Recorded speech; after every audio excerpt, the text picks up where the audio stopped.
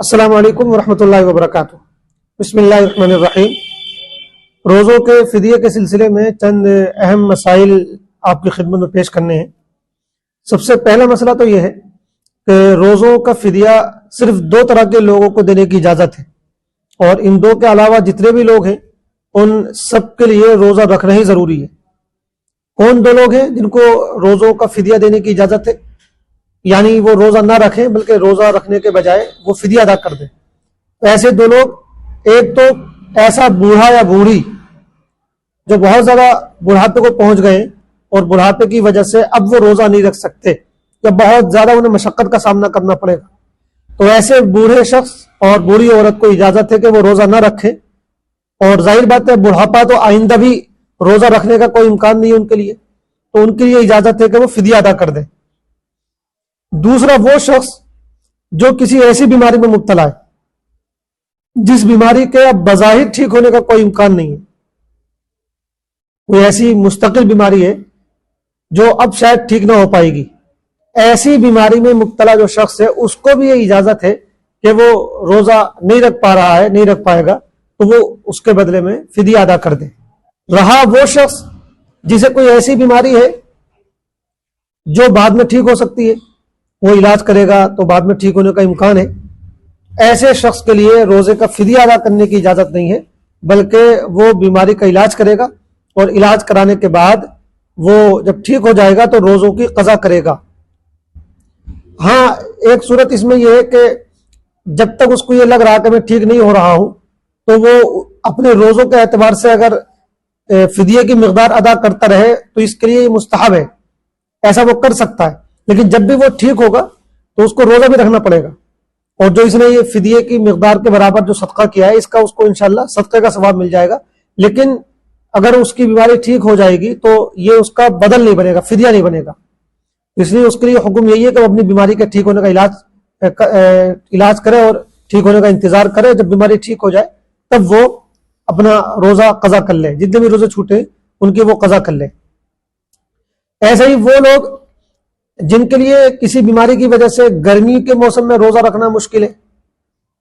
لیکن ٹھنڈ کے موسم میں وہ رکھ سکتے ہیں، دن چھوٹا ہوتا ہے اور بھی اس میں بہت سی سہولتیں ہوتی ہیں، تو ان کے لیے بھی پھر یہی حکم ہے کہ وہ گرمی میں اگر نہیں رکھ پا رہے ہیں، ایسی بیماری ہے، تو وہ جاڑے کے موسم میں روزہ رکھیں، فدیہ دینے کی ان کے لیے بھی اجازت نہیں ہے۔ ایسے ہی اگر کوئی شخص مسلسل روزے نہیں رکھ پا رہا ہے لیکن وہ ایک ایک کر کے دو کر کے رکھ سکتا ہے، تو اس کے لیے بھی حکم یہی ہے کہ وہ روزہ ہی رکھے گا، چاہے وہ ایک ایک کر کے گیپ کر کے رکھے، دو کر کے رکھ لے، دو آج رکھے، مطلب دو لگاتار رکھے، پھر 2-4 دن کا گیپ کر لے، پھر 2 روزے رکھ لے، پھر گیپ کر لے، اس طرح ایک ایک کر کے دو کر کے 3 دن کر کے جتنے وہ رکھ سکتا ہے اس کے اعتبار سے وہ رکھے اور اپنے روزوں کو پورا کرے گا۔ فدیہ نہیں دے سکتا، فدیے کی اجازت اسی حالت میں، اسی مجبوری میں جب روزہ رکھنے کا کوئی موقع باقی نہ رہ جائے، جب روزے رکھنے کا کوئی چانس باقی نہ رہ جائے، یا تو بالکل ہی نہیں دے سکتا ہو یا بہت مشقت کا سامنا کرنا پڑتا ہو، ایسی صورت میں فدیہ دینے کی اجازت ہے۔ باقی یہ جو 2-3 صورتیں بعد میں ذکر کی گئی ہیں جن میں انسان گرمی میں نہیں رکھ سکتا ہے تو ٹھنڈ میں رکھ لے، یا وہ لگاتار نہیں رکھ سکتا ہے تو بعد میں 2 کر کے 3 دن کر کے رکھ لے، یعنی گیپ کر کے رکھ لے، ایسی تمام صورتوں میں اس کو روزہ ہی رکھنا پڑے گا، فدیہ دینے کی اس کو اجازت نہیں ہوگی۔ رہا یہ سوال کہ فدیہ کیا دیا جائے گا، تو ایک روزے کا فدیہ وہ ہے جو صدقہ فطر کی مقدار ہوتی ہے، اور صدقہ فطر کی مقدار سب جانتے ہیں، یعنی 2.25 کلو کے قریب گیہوں یا اس کی قیمت، یا کھجور کے اعتبار سے لگایا جائے تو 3.5 کلو تقریباً کھجور ایک روزے کے فدیے میں دی جائے گی۔ یعنی اس میں اصل جو ہے فدیہ وہ یہ ہے کہ 2 وقت کا کھانا کسی مسکین کو کھلایا جانا چاہیے، یہ اصل فدیہ ہے۔ تو 2 وقت کا کھانا ظاہر بات ہے ہر آدمی اپنی حیثیت کے اعتبار سے دیکھ لے کہ وہ کس اسٹینڈرڈ کا کھانا کھاتا ہے۔ اگر ایک ٹائم میں 100 روپے کا وہ کھانا کھا رہا ہے تو 2 وقت کا کھانا 200 روپے کا ہو گیا، تو اس اعتبار سے 2 وقت کے کھانے کی وہ رقم دے دے، اور اگر وہ 50 روپے کا کھانا ایک ٹائم میں کھاتا ہے تو اس اعتبار سے 100 روپے کے اعتبار سے دے دے، تو کم سے کم یعنی 2.25 کلو گیہوں کی جو قیمت بنتی ہے تقریباً وہ 50 روپے کے آس پاس بنتی ہے، تو ایک ہم اندازہ یہ لگا سکتے ہیں کہ ایک روزے کا فدیہ کم از کم 50 روپے ہے، اس سے زیادہ آدمی جتنا بھی دینا چاہے وہ دے سکتا ہے۔ اگر کوئی شخص بہت زیادہ بیمار ہے یا بوڑھا ہے اور اب اس کو یہ لگ رہا کہ میری بیماری ٹھیک نہیں ہوگی، ایسی بیماری میں مبتلا ہو گیا ہے، یا بڑھاپے کی وجہ سے ظاہر سی بات ہے اب یہ امید نہیں ہے کہ آگے اس کو روزہ رکھنے کا موقع ملے گا، تو اس کے لیے یہ واجب ہے کہ وہ اپنے گھر والوں کو وصیت کر کے جائے کہ اگر میں مر جاؤں تو میرے جو روزے قضا ہو جائیں، چھوٹ جائیں، ان کا فدیہ ادا کرنا تم کو ضروری ہے۔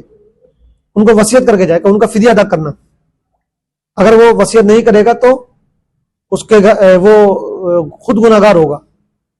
اور اگر وہ وصیت کر کے جائے گا تو اس کے وارثین جو ہوں گے ان کے اوپر اس وصیت کو پورا کرنا ضروری ہے، اور جو وہ مال چھوڑ کر جائے گا اس مال میں سے ان کو چاہیے کہ اس کا فدیہ ادا کریں۔ اور اگر وہ وصیت کر کے نہیں گیا تو بھی اس کے وارثین کو یہ چاہیے کہ وہ خود سے اپنی طرف سے، اگرچہ وہ مرنے والا وصیت نہیں کر پایا لیکن وارثین کو چاہیے کہ وہ خود اپنی طرف سے جو ہے اس کا فدیہ ادا کر دیں۔ فدیے کی رقم جو بھی بنتی ہو وہ ایک ساتھ بھی ادا کی جا سکتی ہے اور تھوڑی تھوڑی کر کے بھی ادا کی جا سکتی ہے۔ حساب لگا لیا جائے کہ ہمارے اوپر کتنے روزے قضا ہیں۔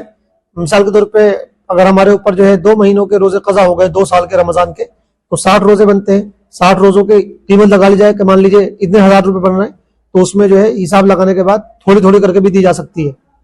اور وہ ساری رقم ایک شخص کو بھی دی جا سکتی ہے، ایک مسکین کو بھی دی جا سکتی ہے، اور